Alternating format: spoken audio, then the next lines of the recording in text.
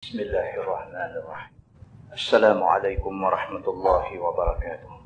الحمد لله وبه نستعين.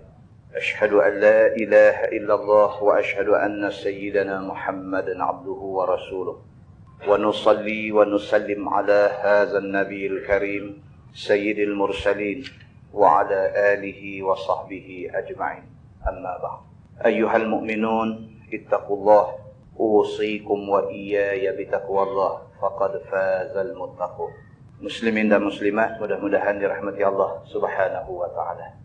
Allah Subhanahu wa taala berfirman dalam ayat 6 surah At-Tahrim, A'udzubillahi minasyaitonir rajim. Ya ayyuhalladzina amanu qu anfusakum wa ahlikum nara waquduhan nas wal hijarah. Maksud dia, wahai orang-orang yang beriman, peliharalah diri kamu dan keluarga kamu daripada neraka. Bahan bakar neraka itu ialah manusia dan batu-batu. Allah Subhanahu wa taala berfirman dalam ayat 132 surah Taha, A'udzubillahi minasyaitonir rajim, wa'mur ahlaka bis-salah wastabir 'alaiha. Maksudnya, dan suruhlah keluarga kamu sembahyang dan banyak-banyaklah bersabar di atasnya. Muslimin dan muslimat yang dirahmati Allah sekalian, daripada ayat-ayat yang kita baca ni dapat kita faham bahawa Allah Subhanahu wa taala sangat-sangat menyuruh kita ni jaga diri dan jaga keluarga.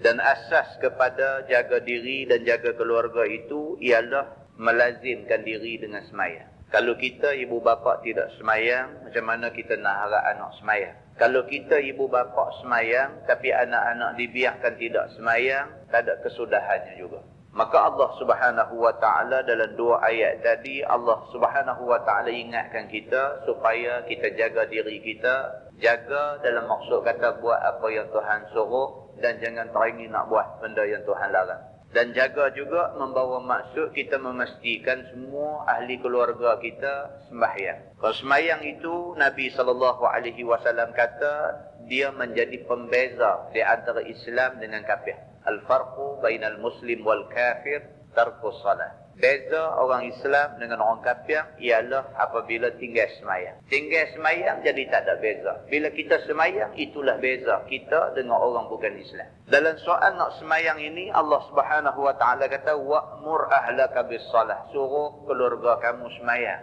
Wastabir 'alaiha, dan sabarlah di atas. Kita nak latih anak kita sembahyang jenuh sabar. Dah kita ajak dia sembahyang, kita nak pastikan dia bila masuk waktu automatik dia sembahyang. Cukup susah. Maka melatih satu benda yang susah nak lekat ni perlu kepada kesabaran yang tinggi. Dan kita tidak ada sebab yang kuat untuk nak marah anak kita bila dia tak sembahyang. Kerana bila kita kenang balik diri kita pun ambil masa nak boleh nak lekat sembahyang 5 waktu. Kalau anak kita lah ni umur 10 tahun, anak kita umur 12 tahun, anak kita umur 15 tahun, kita duk sakit kepala, duk susah hati kerana dia ni tak mau lekat dengan amalan sembahyang. Dia sembahyang bila disuruh saja. Bila tak suruh, tak sembahyang. Kita rasa sakit kepala bila fikir anak macam ni. Kita kena ingat, kita ni umur berapa yang tak gaduh suruh kita sembahyang 5 waktu. Maknanya, apa yang Allah Subhanahu wa ta'ala kata, wastabir 'alaiha, dan hendaklah kamu sabar di atas nak perintah orang suruh sembahyang ni, kita faham sendiri. Nak jadikan amalan sembahyang tu melekat dalam diri kita dulu pun susah. Macam itulah susahnya kita nak jadikan amalan sembahyang ni lekat dalam diri anak-anak kita.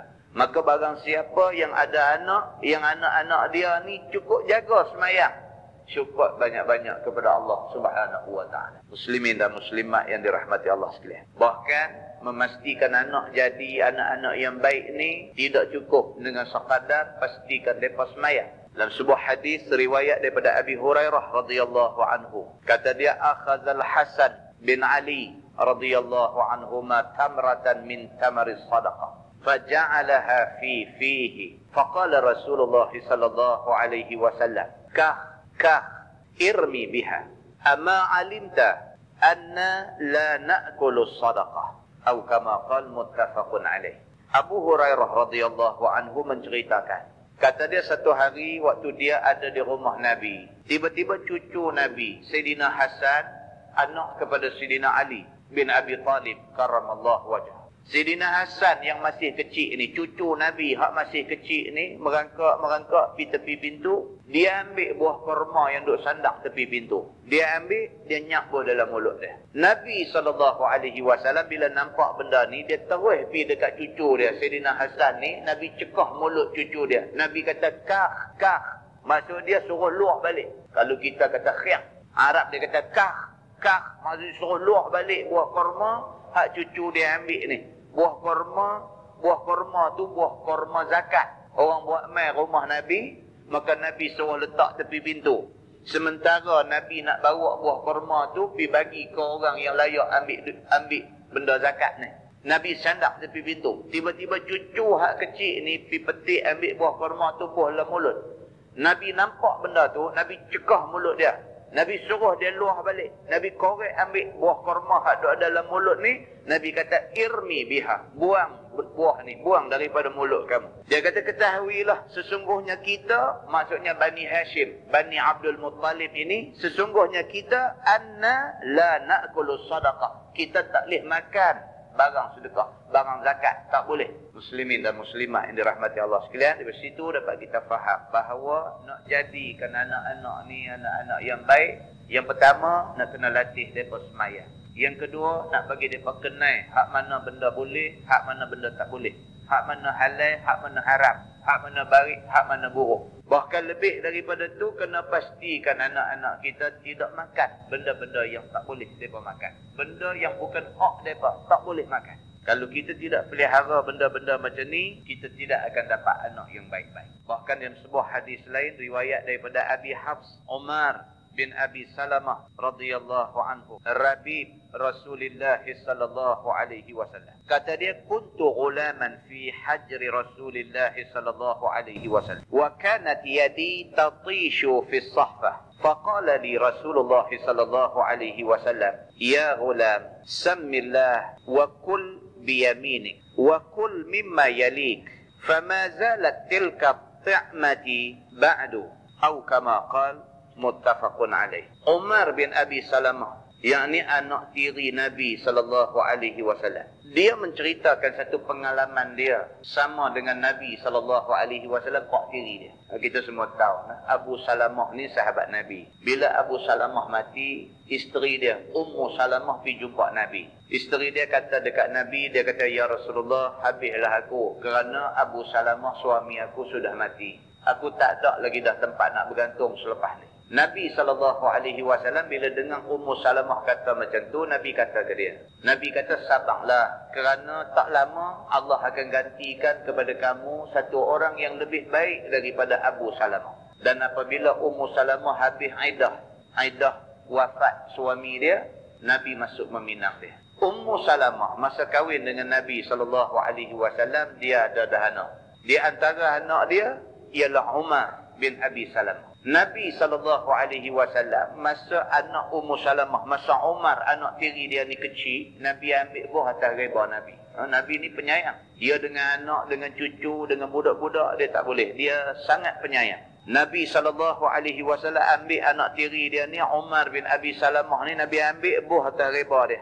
Kebetulan pada masa tu, anak tiri dia ni, Umar bin Abi Salamah ni duk pegang satu pirin, satu sahifah, satu pirin yang dalam sahifah tu ada makanan. Dia duk pegang pirin tu. Jadi jari dia duk main makanan dalam pirin tu. Nabi kata dekat dia, Nabi kata, ya ghulam, sammillah wa kul biyaminik wa kul mimma yalik. Nabi kata ke budak kecil ni, anak tiri dia hak kecil ni, Nabi kata dekat dia, ya ghulam, wahai budak kecil, sammillah. Kalau nak makan, mulakan dengan bismillah. Wa kul biyaminik. Nabi kata kalau nak makan, tangan kanan. Wa kul mimma yalik. Nabi kata kalau nak makan, ambil hak ada depan kita dulu.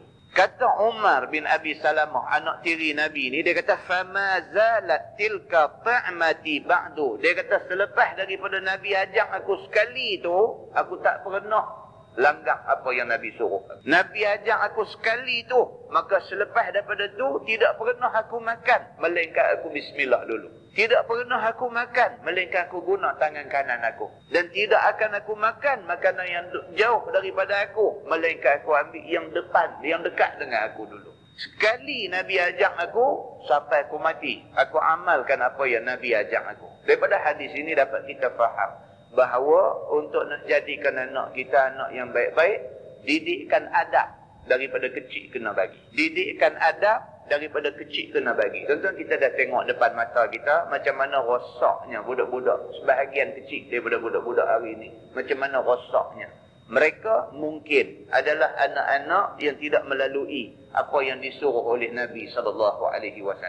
Yang pertama, mereka ni mungkin tidak ada ibu bapa yang memelihara diri daripada neraka. Budak-budak ni, budak-budak rosak ni mungkin, besar kemungkinan mak pak dia pun jenis tak peduli ke agama. Yang kedua, budak-budak yang jadi rosak ni besar kemungkinan tidak pernah disuruh semayang oleh ibu bapa dia.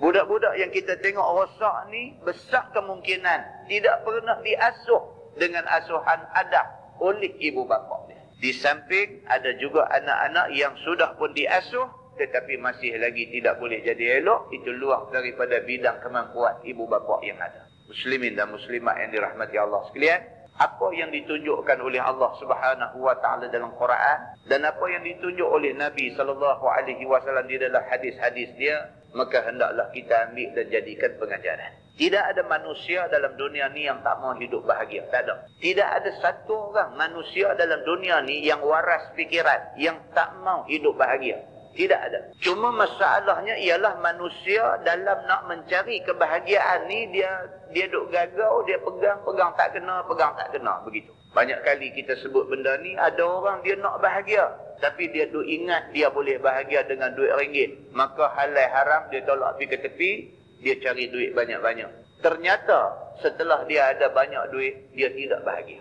Ada orang nak kepada kebahagiaan, dia tak tahu apa cara dia nak boleh dapat kebahagiaan ni. Duit ada tapi tak bahagia. Oh, dia kata dia ni mungkin kurang dari segi ilmu. Maka dia mengaji, dia belajar sampai dapat PhD, sampai jadi profesor. Ternyata tidak bahagia. Macam-macam orang, macam-macam cara dalam nak cari kebahagiaan. Tetapi manusia biasanya gagal dia dalam nak mencari kebahagiaan. Allah Subhanahu wa taala bagi tahu dalam Quran, dia kata ala bi zikrillahi tatma'innul qulub. Ketahuilah dengan ingat kepada Allah hati kamu tenang. Hati tenang bahagia. Allah Subhanahu wa taala kata ala bi zikrillah. Ketahuilah dengan ingat Allah tatma'innul qulub. Hati kamu tenang. Bila hati tenang, maknanya kita bahagia. Dan tidak ada cara lain untuk dapat tenang hati, melainkan dengan mendekatkan diri kepada Allah Subhanahu wa taala, dengan menjadikan kita orang yang berpegang dengan agama. Kalau kita pegang agama, kita dekat dengan Allah. Allah anugerahkan kepada kita as-sakinah. Allah bagi dekat kita ketenangan. Ketenangan itu adalah kunci kepada kebahagiaan manusia. Muslimin dan muslimat yang dirahmati Allah sekalian, Allah Subhanahu wa taala nak bagi sangat kebahagiaan yang kita cari. Cuma Allah nak kita cari kena cara dia. Kena cara, kita dapat apa yang kita cari. Mudah-mudahan mukadimah itu memberi manfaat kepada kita semua, insya-Allah.